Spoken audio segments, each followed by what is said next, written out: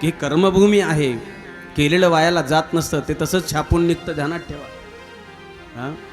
जगी जीवनाचे सार घ्यावे जाणून सत्वर, जगी जीवनाचे सार घ्यावे जाणून सत्वर, जैसे ज्याचे कर्म तैसे फळ देतो रे ईश्वर, जैसे ज्याचे कर्म तैसे फळ देतो रे ईश्वर, जैसे ज्याचे कर्म तैसे फळ देतो ईश्वर, जैसे ज्याचे कर्म तैसे फळ देतो रे ईश्वर, जैसे ज्याचे कर्म तैसे फळ देतो रे ईश्वर, जैसे ज्याचे कर्म तैसे फळ देतो रे ईश्वर. हो क्षणिक सुखासाठी आपल्या होतो कुणी नीती भ्रष्ट, कुणी त्यागी जीवन आपले दुःख जगी करना नष्ट, देह करी जे काही, देह करी जे काही, आत्मा भोगतो नंतर, जैसे ज्याचे कर्म तैसे फळ देतो ईश्वर, जैसे ज्याचे कर्म तैसे फळ देतो ईश्वर, जैसे ज्याचे कर्म तैसे फळ देतो ईश्वर. नवीन लग्न झालं, सून घरी आली तर म्हणले हे कोण आहे? हे बाप आहे माझं. हे म्हातारे फितारे सांभाळायचं आपलं काम नाही म्हणले, ते ते आपल्या घरात जमत नाही म्हणले, ते सांगून दिलं. मग त्याने काय केलं, पोराचं नाविलाज झाला. अवघड असतं हो माणसाचं,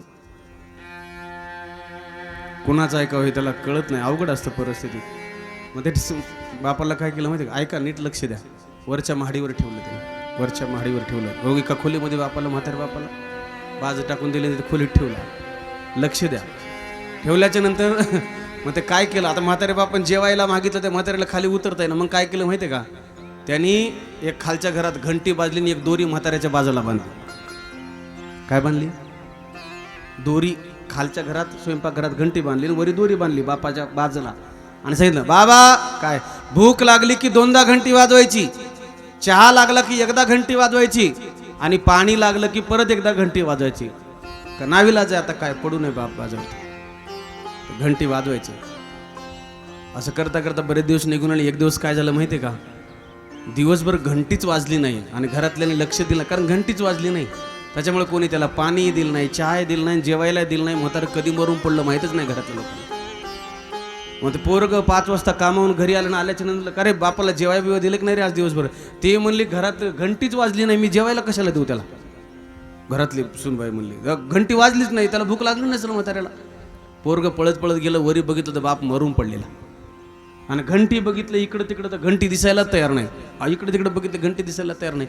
त्याची तारांबळ उडाली, घंटी कुठं गेली, घंटी कुठं गेली, घंटी कुठं गेली. त्याचं एक 5 वर्षाचं पोरग होतं, ते पळत पळत वरी आलं. आल्याच्या नंतर बाबा काय शोधता हो? काय नाही, अरे इथं घंटी बांधलेली होती रे, घंटी कुठं गेली? ते म्हणलं मीच उचलली. कुठं आहे दाखव, आणि इकडं काढत्या, तुला कोणी उचलाय सांगितली? ते म्हणलं मीच उचलून ठेवली. कुठं ठेवली? कपाटात ठेवली. ते म्हणलं मूर्खा कपाटात कशाला ठेवली? पोरग म्हणलं बाबा ही घंटी तुमच्यासाठी बी कामी येईल म्हणून नेऊन ठेवली मी तिथं, तुमच्यासाठी दुसरी आणायची कुठून? तीच घंटी तुम्हाला कामी येईल म्हणून मी नेऊन ठेवू. म्हणून जे तारुण्य आहे, जे सत्ता आहे, संपत्ती आहे, तिजोरीच्या चाव्या, पैसे आहेत, त्याने असं म्हणायचं नाही आम्ही अमर आहोत, आम्ही कायमस्वरूपी आमच्या ताब्यात राहणार आहे. अजिबात नाही. श्रूसरती इति संसार, हा सरकत राहणे याचं नाव आहे संसार. आणि नवीन नवीन लोकाला जग ऍक्सेप्ट करीत असतं, नीट लक्षात घ्या.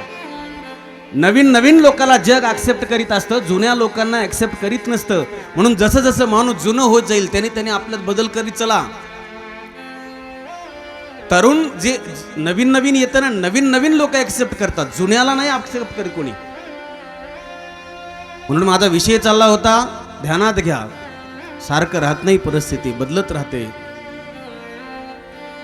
पुतना आली, पुतनेचा उद्धार झाला. जेव्हा तिचे तुकडे तुकडे केले, यमुनेच्या तीरावरती शरण रचलं, आणि जेव्हा तिला अग्निकाष्ट दिलं ना, त्यावेळेला मात्र तिच्या शरीराचा सुगंध सुटला. परीक्षित राजा म्हणाले महाराज ही पापिनी राक्षसी विष पाजायला आली देवाला, हिच्या शरीराचा सुगंध का सुटला? त्याचं कारण अरे म्हणले दूध पाजवायचं काम आईच करू शकते. इडे विषाच्या निमित्ताने का होईना पण स्तनपान करवलं ना, म्हणून इला जी गती यशोदा मातेला तीच गती पूतनेला. विचार करा माझा कृष्ण किती दयाळू आहे. अरे विष पाजणाऱ्या पुतनेला मोक्ष देतो, तुम्ही भजन केलं तर तुम्हाला मोक्ष का देणार नाही? बोला ना. माऊली ज्ञानेश्वरीत गोड वर्णन करतात महाराज. तू वासन कादिकाचे निमाणे